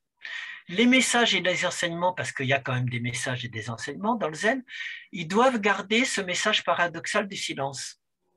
Avec les koans, pour ceux qui font des koans, bien entendu, Ou, pour ceux qui ne font pas du koan, dans l'école Soto, réaliser l'absence de pensée. Et l'absence de pensée, c'est ce qui va permettre de retrouver le flux cosmique. C'est ce qu'on appelle dans le zen Ishiryo. Ishiryo, c'est ce tréfonds de la non-pensée dont je vous ai parlé dans la petite méditation d'introduction, quand je vous ai invité à méditer. Juste se demander d'où viennent les pensées. Elles viennent de nulle part. Et où elles retournent? Nulle part. Juste être dans cette non-pensée, dans ce tréfonds de ce que Deshimaru appellera le tréfonds de la non-pensée. Parce que ce n'est pas un principe ultime, c'est juste l'absence d'où tout provient et où tout retourne. Alors même Deshimaru ne pouvait pas s'empêcher de faire le coquet et de penser qu'il allait inventer une nouvelle chose. Donc, les Yogacaras, ils vous disent qu'il y a une 7e et 8e conscience. Ben Deshimaru, il va dire que Ishiryo, c'est la 9e conscience qui est au-dessus des autres. On a toujours besoin de se distinguer un petit peu plus, ça, même quand... Voilà. Donc, pour vous donner des exemples, un grand moine célèbre qui s'appelait Yakusan annonce un grand enseignement. Et on lui avait dit, mais vous n'enseignez plus, vous n'enseignez plus. Et alors il dit, bon, bah, puisque vous le voulez vraiment, je vais enseigner. Et puis, il vient, donc tous les moines arrivent, il s'assoit et il repart. C'était l'enseignement. Alors, d'autres choses, on lui demande, à quoi penses-tu? C'est de là que vient le fameux Ishiryo. À quoi penses-tu quand tu médites? Et il répond, je pense sans penser ma pensée. Qu'est-ce que ça veut dire? Comment penser sans penser sa pensée? Ben, en se tenant au-delà ou en deçà de la pensée, dans le tréfonds de la non-pensée, I-Shiryo. Shiryo, c'est pensée et I, c'est le privatif. C'est pas directement non-pensée, c'est absence de pensée, tréfonds de la non-pensée. Alors, c'est traduit aussi parfois par l'au-delà de la pensée. Mais c'est une traduction que j'aime pas du tout parce que pour moi, on retombe dans l'idéalisme quand on dit c'est l'au-delà de la pensée. Alors que là, on est vraiment dans le tréfonds de la non-pensée. Voilà, vous voyez un petit peu plus le zen? Donc, on voit comment ça reprend le côté chinois, hein, mais vraiment adapté différemment. Oui, Claire, vas-y. Oui, les moines bouddhistes chantent. Oui, pourquoi? tout à fait. Eh ben, ce sont les fameux sutras du zen. C'est-à-dire que le zen pur, à la base, il n'a pas besoin il a besoin de rien du tout. L'esprit du zen, c'est l'esprit du chan, c'est pareil. C'est je m'assois juste pour être de la posture et retrouver le silence. Mais étant donné que, alors, historiquement, étant donné qu'il fallait bien que les fidèles donnent de l'argent pour entretenir les temples, eh ben, on va leur donner des petites prières, on va prendre les sutras, on va les faire réciter, et on va dire que c'est un moyen d'accéder au salut aussi, bien entendu. Et puis, après, de manière dogmatique et doctrinale, on va expliquer que c'est un moyen habile parmi les autres. Et le zen, il est hyper compliqué et chiant au niveau de ses rituels. Il y a de plus en plus de rituels. On va avoir le rituel de ceci, le rituel de cela, des prosternations. Et tout ça, ça va devenir des manières de chercher à se libérer aussi. C'est pour le rendre plus populaire, ce sont des moyens habiles qui permettent de structurer la vie et d'essayer de faire venir l'éveil, de réaliser l'éveil. Alors il y a un autre sens quand même, si je veux être vraiment le plus proche du sens zen. Pour les zen, c'est réaliser dans n'importe quel acte rituel que je suis pleinement présent. Donc le rituel, ça sert simplement à être présent, quoi que je fasse. Mais là, on est assez proche des dominicains et des chrétiens qui vous disent qu'ils sont présents dans la lumière de Dieu, dans toutes les actions qu'ils font, effectivement. Donc ça, c'est le côté religieux. Mais je reste persuadé que le zen, dans son esprit, il n'y a pas besoin. C'est juste la fleur de Kashyapa, c'est juste prendre l'assise, c'est tout. Et c'est ici et maintenant. Mais ça s'est développé comme une religion, comme le Mahayana s'est développé comme une religion avec ses croyances. Donc heureusement, on n'a pas toutes les divinités et tout, mais on a les rituels. Et les Japonais, autant je vous ai dit que les Chinois, c'est un esprit hyper pratique, pragmatique, hein, concret, les Japonais, c'est un peuple de rituels. Donc, bien entendu, leur zen, il va devenir hyper ritualisé. Toutes les choses, chaque Mhm. chose à sa place, C'est ça. etc. et tout. Donc, c'est aussi l'adaptation dans le monde, dans l'esprit japonais. Voilà, ça répond à peu près. Il y avait une autre Oui, question, oui. je crois, non? Merci. Oui, Ouais, vas-y, Jocelyne. Christian, sur quoi tu t'attaches si tu fais que de t'asseoir et d'être, euh, comme tu dis, Présent. dans le oui, en fait, tu t'attaches à quoi? Ça ressemblerait à la méditation ouverte? Ben, tout à fait. La méditation ouverte, c'est la traduction par Kabat-Zinn qui avait fait du zen de la méditation zen, bien sûr. D'accord. Ok, bon, bah, Et d'accord. pour comprendre le MBSR, dans la méditation de Kabat-Zinn, on vous apprend d'abord les 4 premières étapes, hein. Respiration, corps, son, pensée. Tout Mhm. ça, on est dans le Vipassana, on est dans le bouddhisme ancien. On D'accord. focalise sur un support. Et le dernier, il a ramené la méditation zen qu'il comprenait, c'est que tout ça, ce sont que des échafaudages, on le laisse tomber à la fin, on est juste en présence ouverte. Et donc ça ressemble plus au zen alors. C'est du zen. Oui, c'est C'est du du zen. zen. Oui, Ah, d'accord, d'accord. oui, oui, c'est juste d'être présent, juste d'être sans support, sans échafaudage, sans... et juste être dans ce tréfonds de la non-pensée, dans cet accueil vaste, dans cet espace de présence. Où Mais tout c'est bien plus arrive. facile du coup. Oui. C'est Oui. plus facile et c'est beaucoup plus compliqué pour la majorité des gens. Parce que je vais me laisser me disperser partout. Moi, c'est ce qui me correspond. Je suis beaucoup plus dans ces approches radicales. Et ça m'a parlé tout de suite. Moi, les rituels, ça m'a toujours énervé et embêté. J'ai jamais rien compris là-dedans. Mais je sais qu'il y a beaucoup de gens, ça va être beaucoup plus utile de passer par des étapes. Oui, c'est ça. Oui, Tu vois. pour apprendre, mais l'aboutissement revient. Enfin voilà, Ah bah oui, c'est pour l'aboutissement, c'est les textes aboutir. que je vous lis le dimanche matin, hein. C'est tout sur cette méditation ouverte et sans objet qu'on va retrouver partout. Ouais. Ah oui, tout à fait. D'accord. Vas-y, Claire. Oui, c'est ce que tu nous as fait faire en début de séance, là. Oui, c'est ça, tout à fait. Exactement. Exactement, Tout à exactement. Oui, fait. oui, oui, oui. Voilà, totalement. Pas d'autres choses? Bon, je dépasserai un petit peu, mais je préfère finir le bouddhisme aujourd'hui, si ça vous va quand même, ouais. Et puis j'ai Mais attends, commencé. Ouais, excuse-moi, j'ai une autre question. vas-y. Ça va peut-être être bête, mais Non, non. le zen, c'est du bouddhisme quand même? Ah ben, bien entendu, puisque pour le zen, il revient juste à l'image du Bouddha quand le zen, c'est un travail d'épure. Je reviens juste au message du Bouddha quand il a montré la fleur dans sa main et que Kashyapa est le seul à avoir compris. D'accord, Et d'accord, après, je reviens juste à la posture du Bouddha sous l'arbre de l'éveil. Il y a besoin de rien d'autre. d'accord. Donc le zen, il est rattaché au bouddhisme. Ah mais, tout à fait, c'est Il le bouddhisme n'existe pas japonais. sans le bouddhisme. Non, c'est du bouddhisme japonais, tout à fait. D'accord, ok, d'accord. Oui, oui, Ok, oui, bah, oui, c'est tout à fait, important. hein. Oui, oui, non, D'accord, non, c'est important, tout à fait. Oui, oui. d'accord. Voilà. Alors maintenant, si vous êtes d'accord, pas d'autres questions, on passe au bouddhisme tibétain. Alors, je vais reprendre ma petite carte pour vous illustrer tout ça. Je vous avais montré comment le bouddhisme arrivait par la route de la soie en Chine. Une fois qu'il est en Chine, je vous ai montré comment il passait, non, je ne vous ai pas montré, je vous le montre, comment il est passé au Japon, qui est ici. Hein, il est passé en Chine du 2e au 5e siècle en Chine. Le Chan, c'est du 5e siècle au 10e siècle, autour de Xi'an, hein, là où il y a l'armée des cavaliers en terre cuite et tout ça.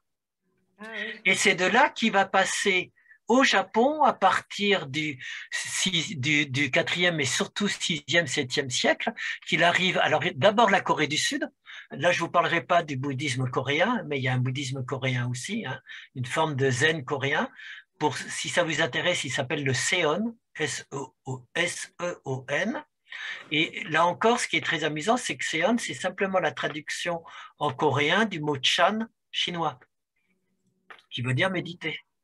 Donc, Chan, Seon, Zen, c'est exactement la même chose. C'est la méditation, c'est juste la traduction dans chaque langue du même mot. Méditer, se concentrer. Et après, il passe au Japon au 10e siècle, grosso modo. Il commence au 6e, 7e, je vais vous le dire, et il va se développer à partir du 10e, 12e siècle au Japon. Ça, c'est ce que je vous ai montré. Ouais, je te donne la parole tout de suite, Oui, au oui. Japon. Et pour finir sur l'historique, le Tibet, le bouddhisme tibétain, il est plus tardif que le bouddhisme chinois, puisque c'est au 7e, 8e siècle qu'il va passer par l'école du Cachemire et de l'Himalaya au Tibet, qui est ici, et se développer du 8e siècle à aujourd'hui. Ce sont les flèches rouges. Et donner le Vajrayana au Népal, au Tibet, jusqu'à la Mongolie. C'est cette fameuse flèche rouge, puisque même la Mongolie aujourd'hui est dans le bouddhisme tibétain. Là, vous avez d'ailleurs, quand vous regarderez bien la carte, ça vous donne l'extension de chacun des bouddhismes, le bouddhisme du petit véhicule, qui est jaune, du bouddhisme Mahayana et du bouddhisme Vajrayana, qui est le bouddhisme tibétain. Et comment il est à plus de 50% dans toutes ces contrées. Vas-y, c'était Jocelyne ou Corinne? Non, c'était Claire. C'est clair. Moi, oui. Ouais. Comment ça s'est diffusé là, par qui? Parce que tout à l'heure, tu nous as expliqué comment c'était Par la route de la passé soie, ouais. Voilà, la route de la soie. Mais là, Alors pour le Japon, sont- c'est exactement pareil, paradoxalement, c'est toujours par les commerçants. C'est-à-dire Ah qu'il oui. y avait énormément de routes maritimes entre la Chine et le Japon, puisqu'on voit qu'ils sont tout proches. Et c'est le même processus, toute proportion gardée. Ce sont les commerçants chinois et dans leur foulée les moines chinois qui viennent au Japon, qui font connaître et qui développent une petite communauté pour pratiquer leur religion et qui ensuite va s'étendre. Et après, tous les grands maîtres japonais, Dogen compris, pour le Soto, sont allés faire des voyages en Chine. Donc c'est vraiment là qu'il y a une transmission du Chan chinois, quand il est mort, au Japon. Ils allaient tous faire d'abord comprendre l'enseignement en allant en Chine. Donc d'abord, ça a été les commerçants du Chine au Japon, et ensuite, les moines japonais allaient chercher leurs lettres de noblesse et comprendre la pratique en retournant voir des moines chinois et revenaient chez eux l'implanter au Japon. Voilà. Parce que les Pour la moines, petite les histoire. moines voyageaient. Les moines, ils Ah oui, voyageaient. oui, oui, beaucoup, bien sûr, tout à fait, énormément. Mais financièrement, qu'est-ce qu'il est Ah ben, financé? financièrement, n'oublie pas que les moines, c'est les aumônes. Ah oui, Sur ta route, tu as des aumônes et tout, et après, tout le temps, tout le temps. Oui, bien oui. sûr. Alors après, comment tu développes, bah c'est beaucoup avec les écoles que quand tu fais une école, que tu as des enfants, bah les parents donnent de l'argent, et puis après, les villageois donnent de l'argent pour leur salut, etc., etc. D'accord. Et à la base, sinon, c'est vraiment comme ça que ça s'est fait. Et pour le Tibet, ben, je vais y arriver au Tibet. Alors, vous avez vu comment ça s'est fait pour le Tibet aussi, sur la carte. Décidément. Le Tibet, c'est 7e siècle, 14e siècle, et le Dzogchen, dont je vais vous parler un petit peu. Donc, l'origine du bouddhisme tibétain, c'est ce qu'on appelle le Vajrayana. On a vu qu'il y a le Hinayana, c'est le premier petit véhicule, le Mahayana, c'est le deuxième grand véhicule, le troisième véhicule, c'est le Vajrayana qu'inventent les Tibétains. Vajrayana, ça a deux sens, c'est soit le diamant. Donc le diamant, c'est bien entendu, vous avez compris, c'est la nature de Bouddha qui est le diamant, c'est la nature, c'est ce qui est le plus profond en nous est comme un diamant. Le deuxième sens de Vajra, c'est la foudre. La foudre, c'est la foudre de la connaissance qui vous illumine soudain, de l'illumination. C'est un enseignement ésotérique qui vient du bouddhisme ancien. On a vu que les Indiens sont très métaphysiciens dans leur esprit. Et c'est là que, je vous en ai parlé les fois précédentes, que Bouddha a théoriquement donné un troisième enseignement autour de la loi. Ça, c'est totalement dans la fable et dans la mythologie, mais il faut toujours qu'on puisse dire qu'on est légitime. Donc, comment on est légitime? Ben, c'est bien le Bouddha qui a donné des enseignements secrets, et ils avaient été cachés jusque-là, et ils sont transmis à nos sages. Et donc, ce sont ces enseignements secrets et ésotériques qui font le nouveau véhicule du Vajrayana, qui est supposé être la synthèse des deux précédents. Alors les Tibétains, ils sont encore plus forts que les Mahayanas pour ce qui est de s'approprier des textes en disant que c'est le Bouddha qui les a écrits, parce que jusqu'à aujourd'hui compris, vous avez les lamas ou vous avez des mouvements tibétains qui vous découvrent soudain un texte qui était un enseignement secret caché du Bouddha. Et d'ailleurs, ils appellent ça les trésors cachés. Donc à chaque fois que vous avez un nouveau texte, c'est un trésor caché qui vient de sortir, qui était dans une grotte, qui était caché profondément, qu'on vient de révéler. Et c'est Bouddha qui l'a écrit, bien entendu. Voilà, ça c'est toujours le rapport à l'histoire et à la vérité hein, qui est différent. Dans ce bouddhisme du Vajrayana, du véhicule, on va avoir beaucoup d'usages. On veut réunifier le monde et la vacuité par la transmutation tantrique des énergies et des émotions. Je vous en ai parlé un petit peu tout à l'heure, par opposition au zen où on laisse les émotions s'autodissoudre. Dans le bouddhisme tantrique, on va vouloir transformer le négatif en positif, comme dans la pensée positive et tout. Et du coup, on va faire beaucoup d'appels à la magie, à des mantras, à des sons, vous savez, les sons qu'on répète sans arrêt, aux gestes, aux mudras, à des gestes rituels, à des visualisations de Dieu, à des mandalas. On réintègre toutes ces formes possibles. Donc ça, je vous ai donné l'origine historique, l'origine mythique, il y a toujours de la mythologie. C'est une seule personne qui est le fameux Padmasambhava que vous voyez sur tous les temples tibétains, qui aurait été une émanation du Bouddha après sa mort et qui aurait transmis les enseignements secrets en Inde, puis qui les aurait transmis au Tibet en voyageant comme un pèlerin. Voilà. Alors quand ce bouddhisme du véhicule arrive au Tibet, en passant les montagnes, il va se relier au chamanisme. C'est ça qui est très intéressant, c'est-à-dire qu'au Tibet, il y avait une religion Bon, B-O-N, qui était une religion de chaman. Un chaman très très développé, comme en Mongolie. Hein. En Mongolie, le chamanisme existe encore. Et ça va mélanger les Tibétains qui arrivent avec toute leur mythologie, leur dieu de la mort, leur dieu de... Enfin, pas les Tibétains, pardon. Le Vajrayana qui arrive avec toutes les divinités possibles et les moyens magiques, qui va trouver un terrain où il y a déjà plein de divinités chamaniques. Et bien, il va les intégrer. Et les démons chamaniques, les divinités chamaniques vont devenir les divinités tibétaines. Pour répondre à la question que Jean avait posée la dernière fois, d'où viennent toutes ces formes, ça vient tout bêtement du culte chamanique tibétain qui avait précédé le bouddhisme tibétain. Et ils vont faire énormément de rituels pour transformer le négatif en positif. Les rituels qui transforment le négatif en positif, et donc les écoles de développement personnel, la pensée positive qui transforme le négatif en positif, ce qui est très amusant, c'est que l'origine historique, c'est quoi? C'est tout bêtement les cultes magiques de possession, hein, dans lesquels on cherche à trouver le négatif du diable qui est dans quelqu'un et de lui faire des incantations pour que ça devienne une divinité positive et non plus le diable qui est en train de le manger de l'intérieur. Et ça vient de là, hein.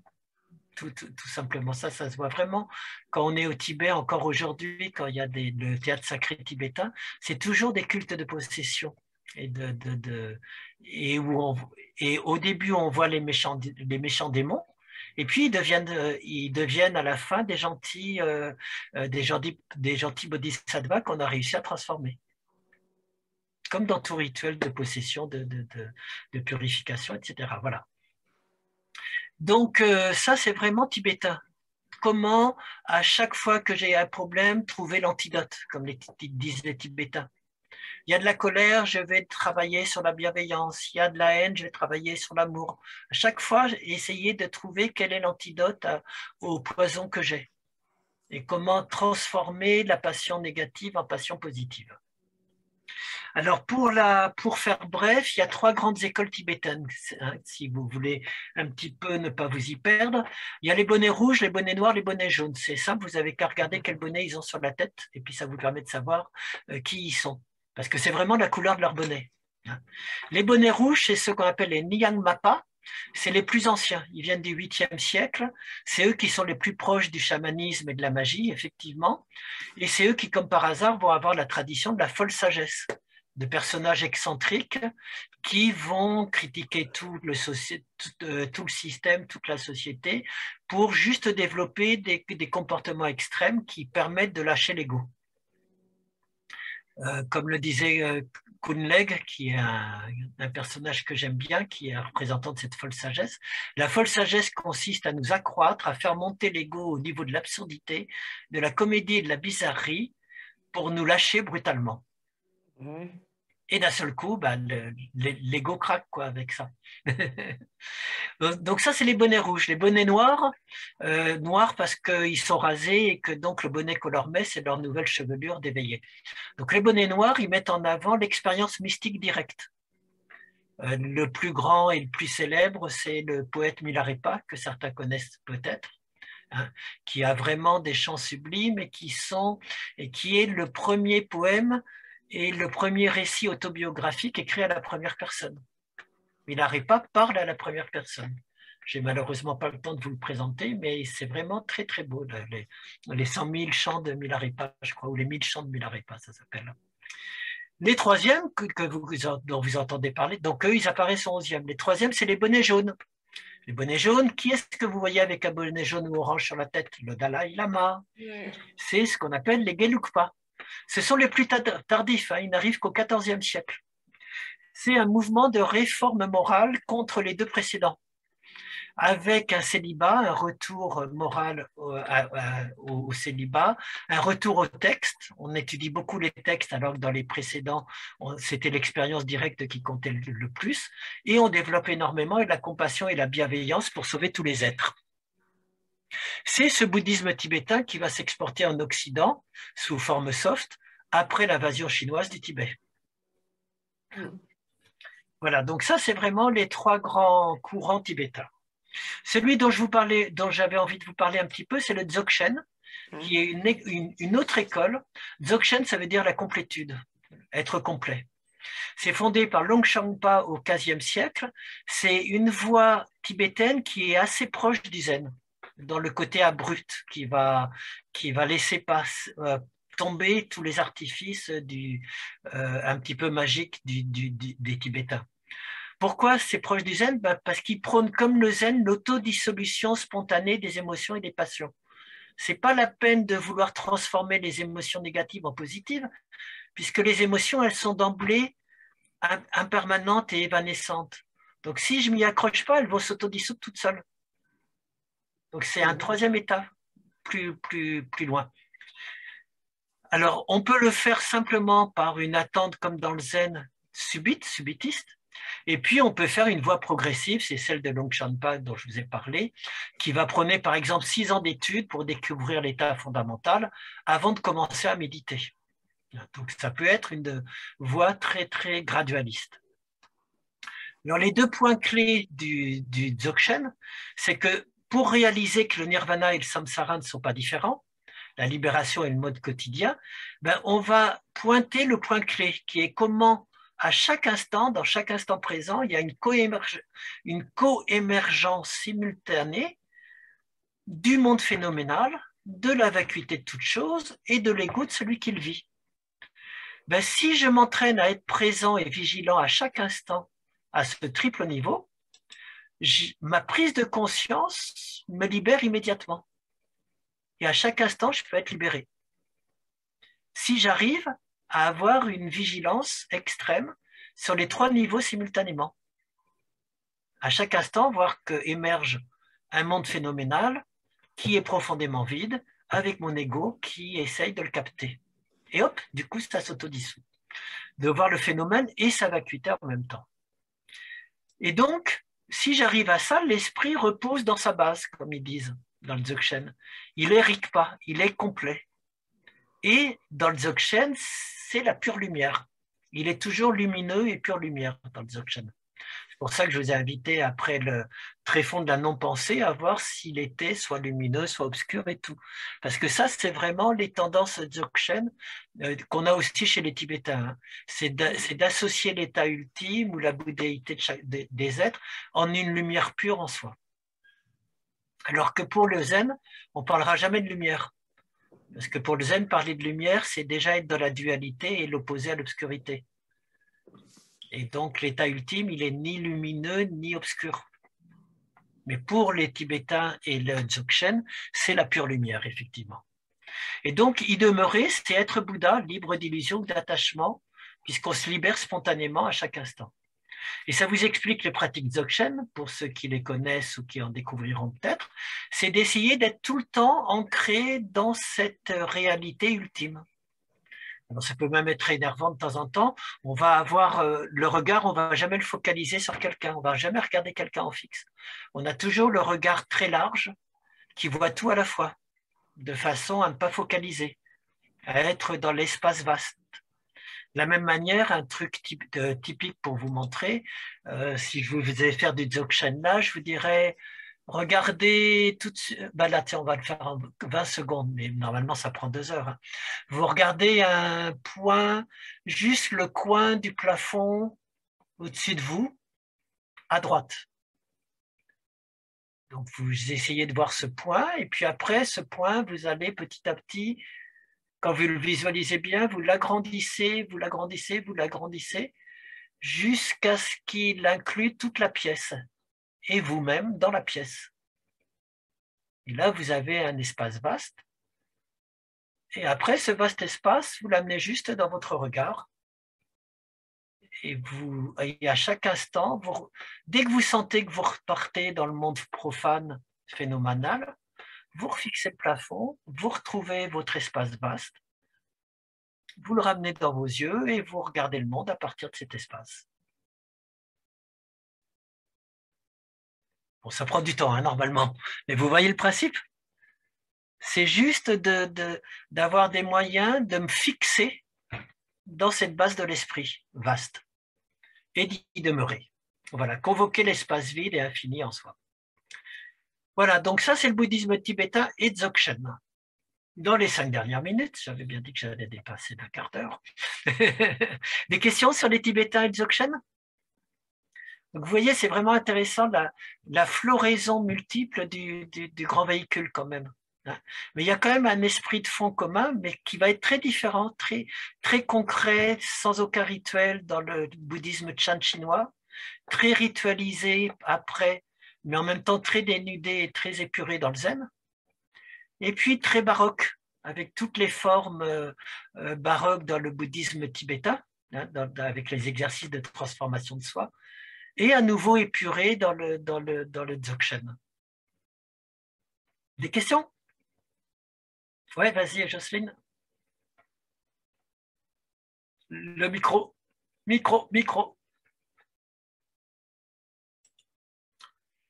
micro. Ouais. Voilà, ça y est, ça y est.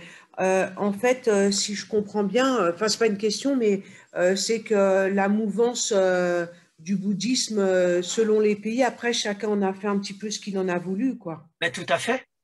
Mais le bouddhisme, vu qu'à la base, il n'est pas religion, c'est pas une religion avec un dogme, sa très grande force, c'est qu'il peut s'adapter à tout. Oui, donc après, on l'appelle bouddhisme et on le met bouddhisme, bouddhisme tibétain, mais en fait, tout est transformé et adapté. C'est adapté, c'est pas transformé. Si je reste... Non, pour moi, ça reste du bouddhisme. Si je reste, souvenez-vous du cours de la semaine dernière où on avait vu les 4 caractéristiques de l'existence. Si je reste toujours sur la croyance que tout est impermanent, interrelié, interdépendant et en insubstantialité, que tout est vide d'être propre, je reste profondément bouddhiste, mais je peux le faire de manière chinoise, très proche du taoïsme, d'être dans le flux de la vie matérielle sans aucun concept. Je peux le faire de manière japonaise avec beaucoup de rituels, et puis, ou alors de manière très dénudée, juste de m'asseoir dans la vie quotidienne, ou je peux le faire à la manière tibétaine avec plein de divinités et tout. Mais si je sais qu'elles sont vides, que c'est qu'une construction de mon esprit, je peux le faire. D'accord, donc en fait, il faut garder le principe des 4. Oui, je pense, ouais. Si on reste dans le fait que sur les 3 caractéristiques de l'existence, on est toujours dans le bouddhisme à ce niveau-là. C'est pour ça que même les idéalistes Yogacara, moi je les trouve idéalistes et je trouve qu'ils réinventent une sorte de soi, mais eux vont se défendre, et ils ont raison dans leur logique, en disant que c'est pas un soi puisque c'est un flux perpétuellement changeant. La fameuse 8e conscience alaya. Donc ils restent bouddhistes. Il n'y a qu'un flux, il n'y a pas de soi. D'accord. Ils ne sont pas en contradiction avec le anatman, le non-soi. D'accord. Et c'est à un cheveu près, hein, parce que Nagarjuna lui dira, bah si, vous êtes dans le soi. Vous réinventez une âme, vous réinventez une substance. Mais il vous dira, ben non, moi, elle est toujours changeante, c'est un flux perpétuellement. Voilà. Donc, non, ça reste du bouddhisme pour moi. D'accord. Et le Faut garder en bouddhisme, tête. ouais, et le bouddhisme, il s'adapte partout. Et le dernier slide, c'est qu'il s'adapte à l'Occident, bien entendu. Oui. Et qu'il s'adapte à l'Occident comment? Ben, aujourd'hui, au XXe siècle, l'universalisation et la sécularisation du bouddhisme, c'est le vipassana et la pleine conscience de Kabat-Zinn. Donc, c'est logique pour moi que le bouddhisme, quand il vient en Occident, il prenne d'autres formes aussi, bien entendu. Sauf pour ceux qui veulent rester purement tibétains, purement zen, purement ceci, purement cela. Donc, il y a deux grands mouvements, parce que le MBSR de Kabat-Zinn, il s'appuie sur quelque chose qui a existé avant lui, hein, ce qui est le vipassana. Donc, le vipassana, c'est le premier mouvement qui va séculariser le bouddhisme et le rendre moderne. Et ça apparaît au XXe siècle. Il est lié au bouddhisme de l'ancien véhicule, au Theravada. Alors, le Theravada, on vous dit toujours que c'est le bouddhisme des origines. En fait, ce n'est pas vrai du tout, puisque le Theravada, il apparaît au 1er siècle de notre ère, donc 5 siècles après la mort du Bouddha. Donc, c'est quand même pas le bouddhisme des origines. Ce qui est vrai, qui fait qu'il dit être le bouddhisme des origines, c'est qu'il reste sur les thèses du bouddhisme ancien. Donc, il faut se retirer du monde et être moine pour chercher le salut. Et il ne s'appuie que sur les textes les plus anciens du Bouddha, du canon Pali. Donc, ils ont une fidélité au bouddhisme ancien. Ça, Effectivement. c'est intéressant. Oui, tout à fait. Donc, à ce niveau-là. L'ancêtre, alors ça, c'est le Theravada, pardon. L'ancêtre et le représentant Theravada qui va être à la base du Vipassana, c'est Adyashan. Adyashan, il y en a peut-être qui connaissent, mais c'est pas forcé. Il était du coup dans le mouvement Theravada très extrême, très ascète. Hein.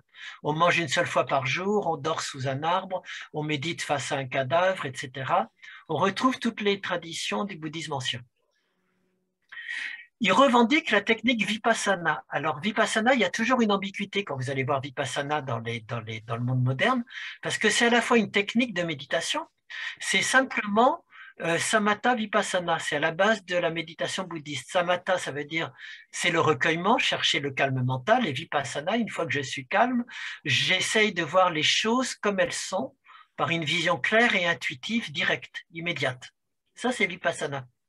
Mais ce n'est qu'une technique. Hein. C'était déjà enseigné effectivement dans les 4 nobles vérités du Bouddha, qui vous dit qu'il y a toujours Samatha et Vipassana.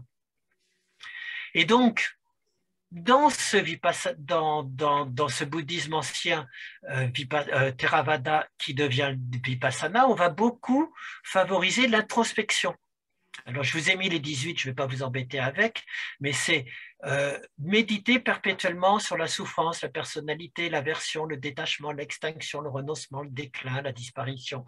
Et puis aussi les 10 symptômes pièges, la joie, l'énergie, l'équanimité, etc. Donc, ce sont des méditations sur des thèmes, sur des objets, sur des contemplations, sur de certaines vérités bouddhistes sur lesquelles on revient perpétuellement. Ça, c'est ce qui va fonder le Vipassana. Donc le Vipassana, je me résume sur le premier truc, c'est un mouvement qui vient du Theravada, hein, qui se relie au bouddhisme ancien, mais qui est essentiellement, qui s'appuie sur la technique de méditation Vipassana.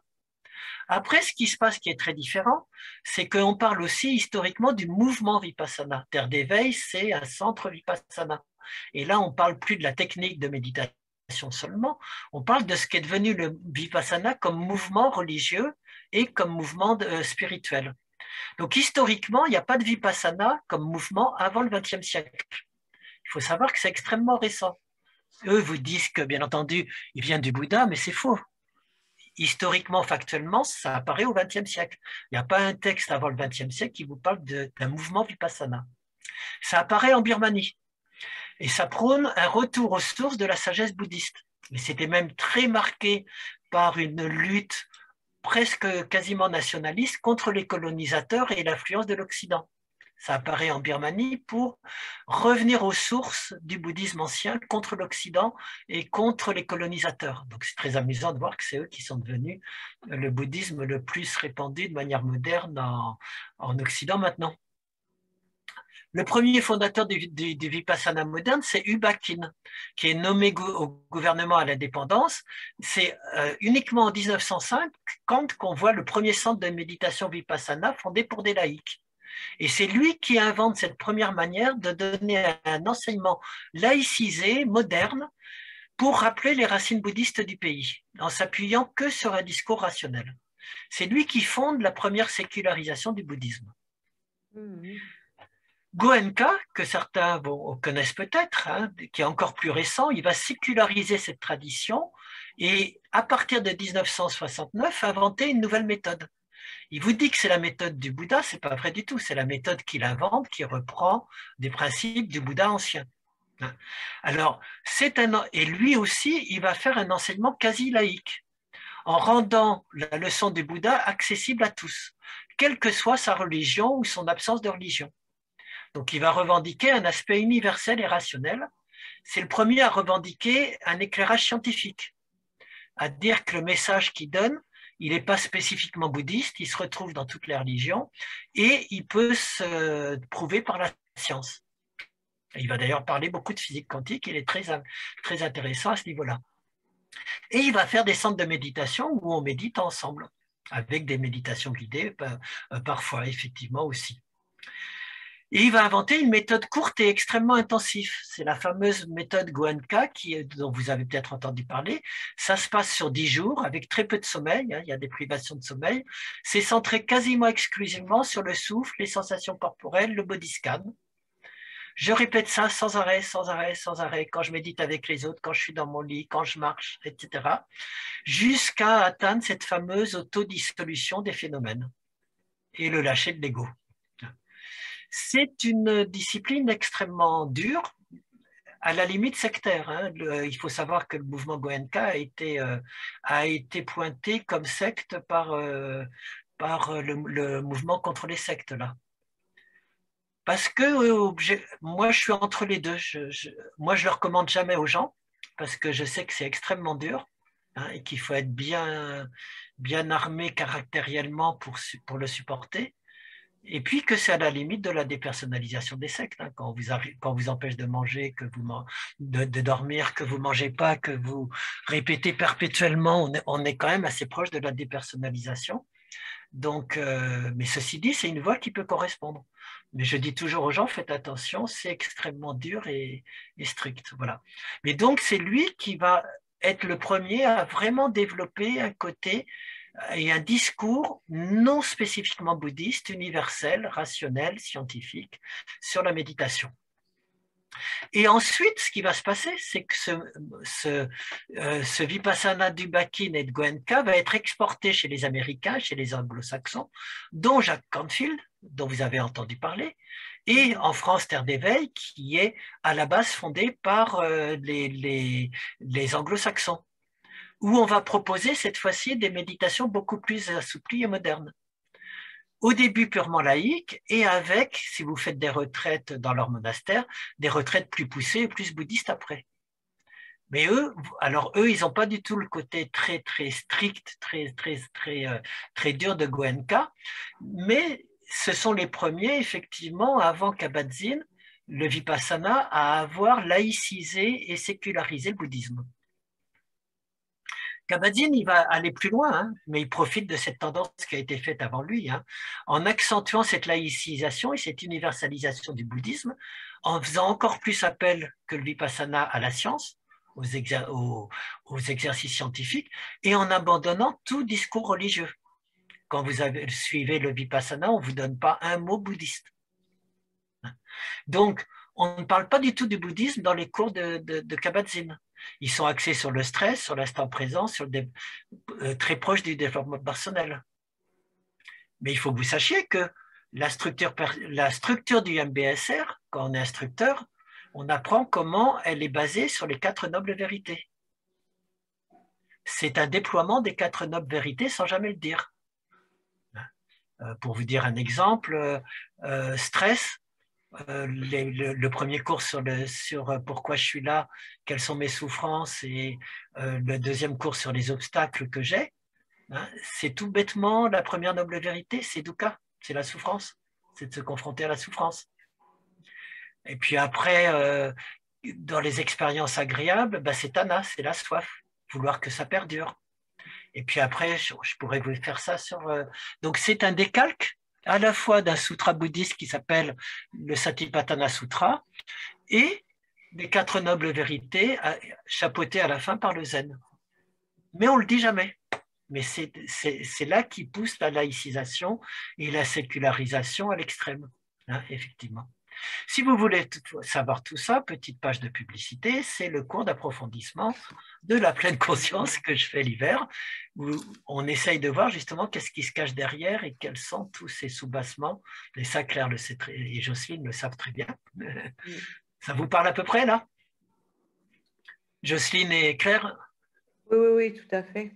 Donc, on voit bien comment lui aussi, oui, il reprend le absolument. bouddhisme, mais il le laïcise. Et chez Kabat-Zinn, on ne dira jamais les concepts bouddhistes qui sont en dessous. Voilà, donc ça, c'est pour vous montrer comment le bouddhisme en arrive à se séculariser, s'universaliser sous une forme occidentale dans le Vipassana ou dans le MBSR ou la pleine conscience de Kabat-Zinn. La limite, après, c'est de savoir jusqu'où, en se vulgarisant, il reste bouddhiste ou dans ses excès, je suis persuadé que parfois, il tombe juste dans du développement personnel où on n'a plus rien à voir avec le bouddhisme. Oui. Et l'affranchissement de l'ego, et où ça devient au contraire la manière d'avoir un ego encore plus adapté, performant, etc., etc., quoi. Voilà. Des questions sur tout ça? Non. Donc, je suis désolée d'avoir dépassé, mais je voulais quand même arriver à la fin de ce cours sur finir toute cette floraison du bouddhisme, hein, et puis vous donner des points de repère. C'est à peu près clair comme point de repère? Ah oui, oui, c'était bien. Oui, oui. Voilà, ben, il n'y a plus qu'à faire maintenant. Vous choisissez votre petite... Vous déjà allez faire votre marché en essayant de voir dans chacun ce qui vous correspond. Mais c'est très intéressant, hein, tout ça. Donc la semaine prochaine, je répète, il n'y a pas cours. Et on reprendra le dernier cours.